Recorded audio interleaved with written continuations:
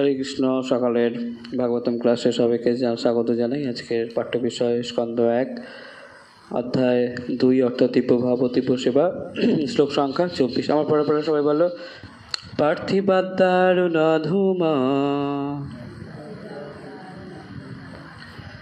তস্মাদ অগ্নিস্ত্র ইময় তমসস্ত রজস্তস্মাৎ সত্যম যদ ব্রহ্ম দর্শনম পার্থিবাদারুণ ধূমা তস্মাদ অগ্নিস্ত্র ইময় তমসস্ত রজস্তস্মাৎ সত্যম যদ ব্রহ্ম দর্শনম। শব্দার্থ: পার্থিবাদ মাটি থেকে, দারুণ কাঠ, ধূম ধূম, তস্মাৎ তা থেকে, অগ্নি আগুন, ত্রয়ী বৈদিক যজ্ঞ, ময় তৈরি হয়, তমস তমগুণে, তু কিন্তু, রজ রজগুণে, তস্মাৎ তা থেকে, সত্যম সত্যগুণে, যৎ যা, ব্রহ্ম পরম তত্ত্ব, দর্শনম উপলব্ধি। এই শ্লোকের অনুবাদ: কাঠ হচ্ছে মৃত্তিকার বিকার, কিন্তু ধোঁয়া কাঠ থেকে শ্রেয়, আর অগ্নি তার থেকেও শ্রেয়, কেননা অগ্নির দ্বারা বৈদিক যজ্ঞের মাধ্যমে উচ্চতর জ্ঞান লাভ করা যায়। তেমনি রজগুণ তমগুণ অপেক্ষা শ্রেয়, কিন্তু সত্যগুণ সর্বশ্রেষ্ঠ, কেননা সত্যগুণের দ্বারা আমরা পরম সত্যকে উপলব্ধি করতে পারি। কি বলা হচ্ছে? কাঠ হচ্ছে মৃত্তিকার বিকার, অর্থাৎ কাঠে আগুন লাগালে সেটা কয়লায় পরিণত হয়, তারপর সেটা মাটিতে মিশে যায়, তাই না? তাহলে কাঠ হচ্ছে মৃত্তিকার বেকার, কিন্তু ধোঁয়া কাঠের থেকে শ্রেয়, কাঠের থেকে ধোঁয়া সেটা কাঠের থেকে ভালো, কাঠের থেকে শ্রেয়।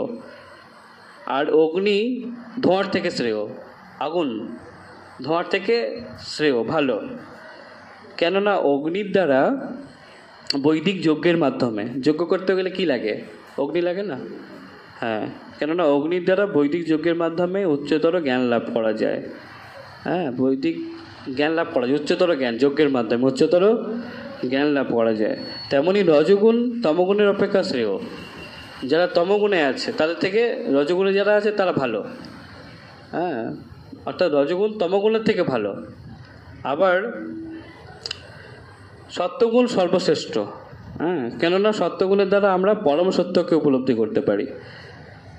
রজগুণ তমগুণের থেকে ভালো, আবার সত্যগুণ রজগুণের থেকে ভালো, কারণ সত্যগুণের দ্বারা আমরা পরম সর্বশ্রেষ্ঠ বলা হয়েছে। এই 3টি গুণের মধ্যে সর্বশ্রেষ্ঠ গুণ কোনটা? কোনটা? সত্যগুণ, কারণ সত্যগুণের দ্বারা আমরা পরম সত্যকে উপলব্ধি করতে পারি, তাই না? এখন কাঠ তো আছে, কাঠ দিয়ে তো আমরা জ্বালানি কাঠ দিয়ে রন্ধনও করছি, সেখান থেকে কি কোনো জ্ঞান আসছে? রন্ধন করলে জ্ঞান আসছে নাকি? সেই কাঠে, আবার ওই কাঠেই ঘি মাখিয়ে সেখানে আগুন লাগিয়ে দিলে সেখান থেকে বৈদিক যজ্ঞের মাধ্যমে জ্ঞানলব্ধ হচ্ছে, তাই না? সেই একই কাঠে। ওই জন্য বলা হচ্ছে কি, কাঠের থেকে ধোঁয়া ভালো, আবার ধোঁয়ার থেকে অগ্নি আগুন ভালো, কারণ এই অগ্নির দ্বারা বৈদিক যজ্ঞের মাধ্যমে জ্ঞান লব্ধ হচ্ছে, বৈদিক জ্ঞান লাভ হচ্ছে। সেই রকমভাবে যারা তমগুণে আছে, মোড অফ ইগনোরেন্স, এই পশুরা আহার নিতে ভয় মৈথুন, খাচ্ছে, ঘুমাচ্ছে, ভয় পাচ্ছে, আর শুধু স্ত্রীসঙ্গ করছে, এটা হচ্ছে তমগুণ, খাওয়া ঘুমানো, তাই না? পশুদের মতো। ওই তমগুণে যারা আছে তাদের থেকে অন্তত যারা রজগুণে আছে তারা ভালো। তারপর রজগুণে তারা নিজেদের কর্তব্যকর্ম পালন করছে রজগুণে থেকে, তার থেকে ভালো কি সত্যগুণ। ছিল প্রভুপাদ কিন্তু তাৎপর্য পূর্বেই বিশ্লেষণ করা হয়েছে যে পরমেশ্বর ভগবানের প্রেমময়ী সেবার দ্বারা জীব জড়জগতের বন্ধন থেকে মুক্ত হতে পারে। কিভাবে জীব এই জড়জগতের বন্ধন থেকে মুক্ত হতে পারে? ভগবানের প্রেমময়ী সেবার মাধ্যমে। আমরা যদি ভগবানকে সেবা করি প্রেম সহকারে, ভক্তি সহকারে, তাহলে আমরা এই জড়জগতের বন্ধন থেকে মুক্ত হতে পারি। এখন আরও বিস্তারিতভাবে বোঝানো হচ্ছে যে ভগবত ভক্তি অনুশীলন করার যোগ্যতা অর্জন করার জন্য প্রথমে সত্ত্বগুণের স্তরে উন্নীত হতে হবে। আমরা যারা ভক্তি করতে চাইছি, ভগবানের ভক্ত হতে চাইছ, তাহলে আমরা যে গুণ, আমরা ধরো যারা তমগুণে আছি, হ্যাঁ, যারা ভক্ত হতে চেয়েছে তাদের অলরেডি তমগুণ নষ্ট হচ্ছে, তাই না? এই যে ভোরবেলা সবাই স্নান করে মঙ্গল আরতিতে আসছে, তার মানে কি তমগুণ নষ্ট হচ্ছে। তমগুণে থাকলে ভোরবেলা আরও বেশি করে ঘুমাবে। আমার সারা রাত ঘুম হয় না, এই ভোরে গরমের সময় ভোরের ঘুমটা আমার তো দরকার খুব, তাই না? বলে না? হ্যাঁ, ভোরের ঘুমটা তাদের খুব প্রয়োজন। বা তমগুণ সারা রাত কি ঘুম হয়নি, কি শুয়েছিল? ওসব ভুলভাল। হ্যাঁ, ভোরবেলা উঠতে পারবে না, তমগুণে আছে। কিন্তু ওই জন্য তমগুণ অপেক্ষা রজগুণ, অত যারা আসছে ঠিক আছে, তাদের এখন হয়তো কামক্রোধ আছে, কিন্তু যারা তাদের তমগুণ নষ্ট হচ্ছে, রজগুণে তারা আসছে তমগুণ থেকে। আবার এই মঙ্গলারতি করতে করতে, ভগবানকে সেবা করতে করতে রজগুণ নষ্ট হবে, তখন সত্যগুণ বেড়ে যাবে। সেটাই বলা হচ্ছে যে অন্ততপক্ষে আমরা যারা ভক্তি করতে চাইছি তাদের অন্ততপক্ষে সত্যগুণে আসতে হবে। হ্যাঁ, তারপরে একসময় আমরা শুদ্ধ সত্যে পৌঁছে যাব, সেটা সেবা করতে করতে, অনুশীলন করতে করতে। কিন্তু সব প্রভুপাদ বলছেন অন্ততপক্ষে মনুষ্য জীবনে কিছু না হোক অন্তত সবাইকে সাত্ত্বিক হওয়া খুব প্রয়োজন। সাত্ত্বিক হওয়া মানে কি? এই সাত্ত্বিক জীবনযাপন করা, অর্থাৎ এই ব্রহ্ম মুহূর্তে উঠে স্নানাদি সেরে ভগবানকে মঙ্গলারতি করা, জপ করা, তারপরে সাত্ত্বিক আহার। হ্যাঁ, সাত্ত্বিক হওয়া মানে তামসিক আহার করলে হবে না। এই যে মাছ মাংস এগুলো সব অসুরদের আহার। আর অসুরটা কি? অসুর সব তামসিক। দেখুন অসুররা শুধু কেউ, কুম্ভকর্ণ ছিল, কত মাস সব ঘুমোতো, খাওয়া দাওয়া করতো আর ঘুমোতো, খেতো আর কাড়ি খেতো আর ঘুমোতো। অসুরদের এই সব ব্যাপার, মানে ওরা খায় আর ঘুমায়, তাই না? এই পশুরা একটা সিংহ একটা শিকার করলো, খেয়ে নিল, নিয়ে এখন ঘুমোতে থাকলো। আবার যখন খিদে পাবে আবার উঠে শিকার করবে, আবার খাবে, আবার ঘুমাবে। তারপর একটা সময় হবে যখন স্ত্রীসঙ্গ করবে, আরও 2-4টে সিংহ বানাবে। এইটা হচ্ছে তমগুণ, বুঝতে পারছো? তো অন্ততপক্ষে আমাদের উচিত এই তমগুণ থেকে রজগুণে আসা। আমরা যারা তমগুণে আছি, ভোরবেলা খুব স্ট্রাগল হচ্ছে উঠতে, মানে আমরা বুঝতে হবে তাহলে তমগুণে আছি। গিয়ে এখানে মঙ্গলারতি করে কি ঘুমিয়ে পড়ছি, তার মানে তমগুণে আছি। ঠিক আছে, তাতে উচিত কি অন্তত তমগুণ থেকে রজগুণে আসা। রজগুণ থেকে আস্তে আস্তে ভগবানের সেবার মাধ্যমে সেবা করতে করতে আমরা সত্যগুণে, অন্ততপক্ষে এই জীবনে আমরা যেন সবাই সত্যগুণে অন্তত মিনিমাম উন্নীত হতে পারি। কিন্তু উন্নতির পথে যদি কোনো বাধা আসে, তবে যে কেউ সদ্গুরুর সুদক্ষ পরিচালনায় এমনকি তমগুণের স্তর থেকে সত্যগুণে উন্নীত হতে পারে। কি বলা হলো? যে আমি চেষ্টা করছি সাত্ত্বিক হওয়ার, হ্যাঁ, আমি চেষ্টা করছি এই তামসিক আহার পরিত্যাগ করার, আমি চেষ্টা করছি প্রতিদিন ভোরে মঙ্গল আরতি করার, সেখানে আমাদের বাধা আসছে, আমরা আমাদের এই ইন্দ্রিয়গুলিকে নিয়ন্ত্রণ করতে পারছি না, তাই না? সেক্ষেত্রে কি করতে বলা হয়েছে? সদ্গুরুর শরণাগত হতে বলা হয়েছে। হ্যাঁ, সদ্গুরুর যোগ্যতা কি? সদ্গুরু চিনব কি করে? যিনি সদ্গুরু কীভাবে চিনব? এখন তো অনেক সব গুরু হয়ে গেছে, তাই না? কুলগুরু, এই গুরু সেই গুরু, এসে নিজেও তামসিক আহার করছে। হ্যাঁ, বড় বড় মাছ রান্না করো। হ্যাঁ, সদ্গুরু। প্রভুপাদেরকে সবাই বলতেন কি জানো তো? প্রভুপাদ বলতেন গুরু না গরু এরা। হ্যাঁ, তো এই সদ্গুরু শরণাগত হতে হবে। এই গরু শরণাগত হলে হবে না, সৎ গুরুদেবের শরণাগত হতে হবে। সদ্গুরুদেবের চেনার উপায় কি? যেই কৃষ্ণ তত্ত্ববেত্তা সেই গুরু হয়। যে কৃষ্ণকে জানে সে তো আরেকজনকে কৃষ্ণকে জানাতে পারবে, তাই না? যে মঙ্গলারতি করছে, যে আচরণ করে, তার থেকে আমাদের জ্ঞান নেওয়া উচিত। যে নিজে সাত্ত্বিক গুণে আছে, সে অন্যজনকে তবে তো সাত্ত্বিক করতে পারবে, তাই না? তাহলে যদি আমরা এই সদ্গুরু শরণাগত হই, তার সুদক্ষ পরিচালনায় যদি যদি আমরা তমগুণেও থাকি, আমরা সত্যগুণে আসতে পারবো। কিভাবে আসতে পারবো? এই সদ্গুরুর সুদক্ষ পরিচালনায়। অর্থাৎ সুদক্ষ পরিচালনা তিনি করবেন, কিন্তু আমি সেই গুরুদেবের আশ্রয় নিলাম, নিয়ে গুরুদেব আমাকে কিছু একটা বললো, আমি রেগে বাড়ি চলে গেলাম, তাহলে কি তার পরিচালনায় থাকলাম? আমি থাকলাম কি? তিনি নিশ্চয়ই যেটা বলবেন সেটা নিশ্চয়ই ভালো জন্য বলবেন, তাই না? তার মঙ্গলের জন্য বলবেন, যেহেতু তার পরিচালনায় সেই ভক্ত আছে, তাই না? সে কি চাইবে খুব তাড়াতাড়ি এ ভগবত ভক্ততে পরিণত হোক। তার জন্য যেগুলো প্রয়োজনীয় সে সেগুলো বলবেন। তুই ভালো কীর্তন করো, সেই কীর্তনের জন্য যেগুলো প্রয়োজনীয় সেগুলো বলবেন। নাকি কিছু বললো, রাগ করে বাড়ি চলে গেল, সেটা কি তার পরিচালনায় থাকা হলো? সদ্গুরুর শরণাগত হওয়া হলো? না, হলো না। তাহলে কিন্তু এই সাত্ত্বিক গুণে আসা সম্ভব হবে না। এই ক্রোধ কোথা থেকে আসে? রজগুণ থেকে।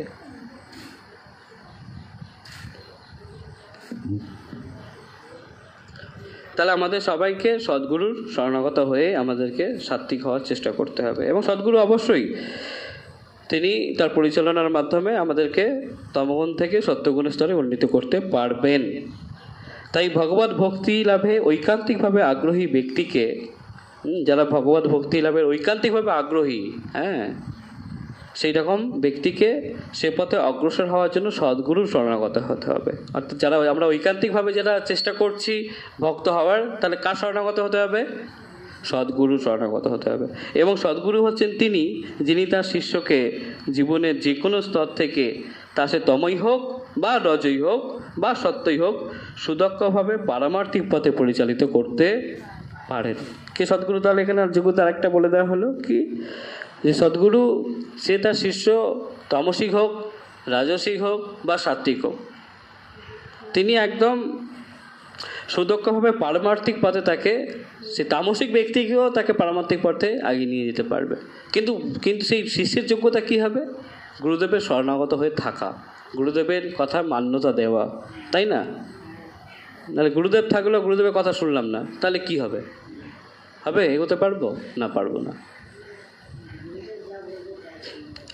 তাই কেউ যদি মনে করে যে পরমেশ্বর ভগবানের যে কোনো রূপের পূজা করলে তার ফল একই হবে, তাহলে সে ভুল।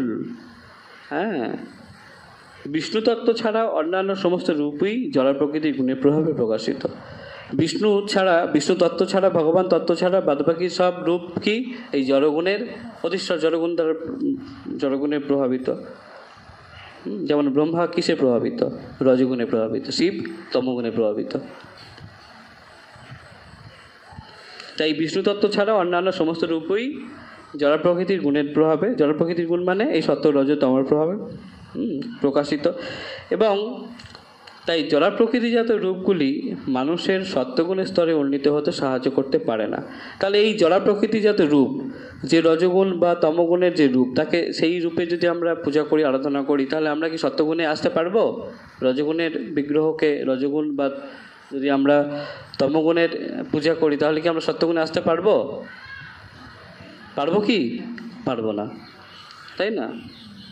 আমাদের সাত্ত্বিক ব্যক্তি শরণাগত হতে হবে, বা বিষ্ণু তত্ত্ব সাত্ত্বিক, তাকে আলোচনা করতে হবে। বুঝতে পারছো? কিন্তু বিষ্ণু তত্ত্ব ছাড়াও অন্যান্য সমস্ত রূপই কি জড় প্রকৃতির গুণের প্রভাবে প্রকাশিত।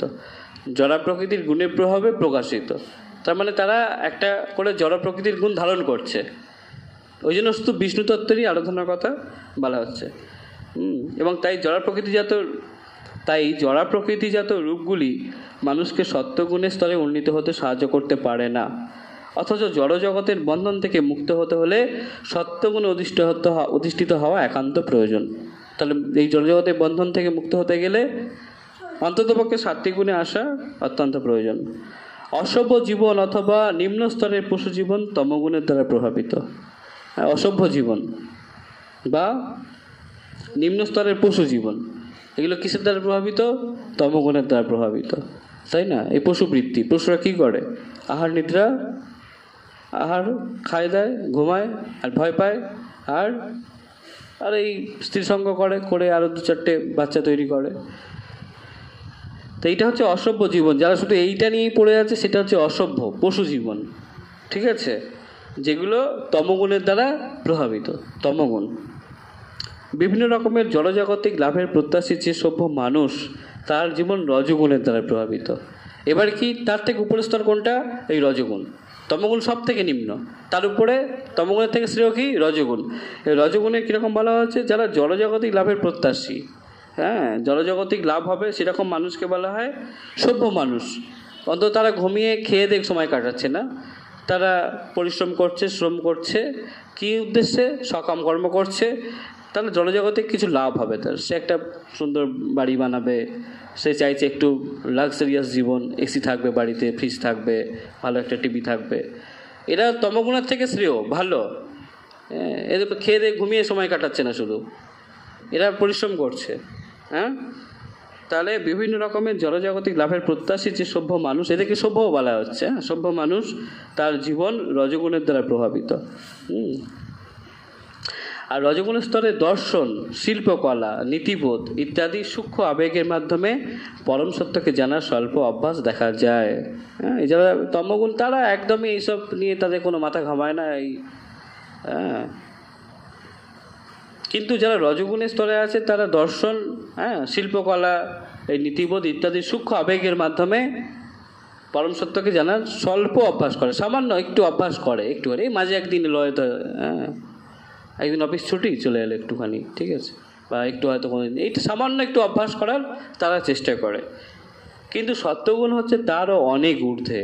সাত্ত্বিক ব্যক্তি এই অবশ্যই তারা তমগুণে ঊর্ধ্বে এবং রজগুণের থেকেও অনেক ঊর্ধ্বে, কিন্তু সত্যগুণ হচ্ছেন তারও অনেক ঊর্ধ্বে জড়ার প্রকৃতির গুণ, যা পরম সত্যকে জানার জন্য মানুষকে যথার্থভাবে সাহায্য করে। পরম সত্য ভগবানকে জানার জন্য কোন গুণ তারা সাহায্য করছে? এই সত্যগুণ, তাই তো? অর্থাৎ বিভিন্ন গুণের দ্বারা প্রভাবিত বিভিন্ন রকমের পূজা পদ্ধতির মাধ্যমে ব্রহ্মা, বিষ্ণু এবং মহেশ্বরের পূজার মধ্যে গুণগত পার্থক্য রয়েছে এবং সেগুলির ফলও ভিন্ন। হ্যাঁ, অর্থাৎ আমি যদি তমগুণে থাকা শিবজিকে পূজা করি তাহলে তার ফলাফল আলাদা হবে। ব্রহ্মার পূজা করি রজগুণ, তার ফলাফল আলাদা।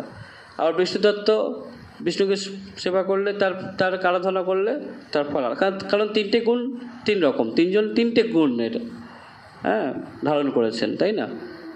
আমি তামসিক ব্যক্তি যে সারাদিন ওই আহার নিদ্রা ভয় মৈথুনে পড়ে আছে, তার সঙ্গ করি কী হবে? আমিও ওই রকম হব, তাই না? আবার যে রজগুণের দ্বারা প্রভাবিত, সারাদিন জড়জাগতিক লাভের জন্য সারাদিন নিজে যাতে ভালো থাকবো সেই নিয়ে শুধু খালি পড়ে আছে, তাহলে তাদের সঙ্গ করলে আমি শুধু তাহলে বিষয়ী হয়ে উঠবো, বিষয়ী ব্যক্তি। কিন্তু যারা সাত্ত্বিক গুণে আছে তাদের সঙ্গ করলে কি হবে? তাহলে সত্যগুণে আমরাও আর যাওয়ার চেষ্টা করতে পারবো, সাত্ত্বিক হতে পারবো। আচ্ছা, পাঠ এই পর্যন্তই মোটামুটি আছে। কোনো প্রশ্ন থাকলে করো। তাহলে আজকে পাঠ এই পর্যন্তই থাকলো। বাঞ্ছা কল্পতরুভ্যশ্চ কৃপা সিন্ধুভ্যেব চ পতিতানাং পাবনেভ্যো বৈষ্ণবেভ্যো নমো নমঃ। অনন্ত কোটি বৈষ্ণব বৈষ্ণববৃন্দ কি জয়, শৈল প্রভুপাদ কি জয়, নিতাই গৌর প্রেমানন্দে। হরি হরি হরি বল।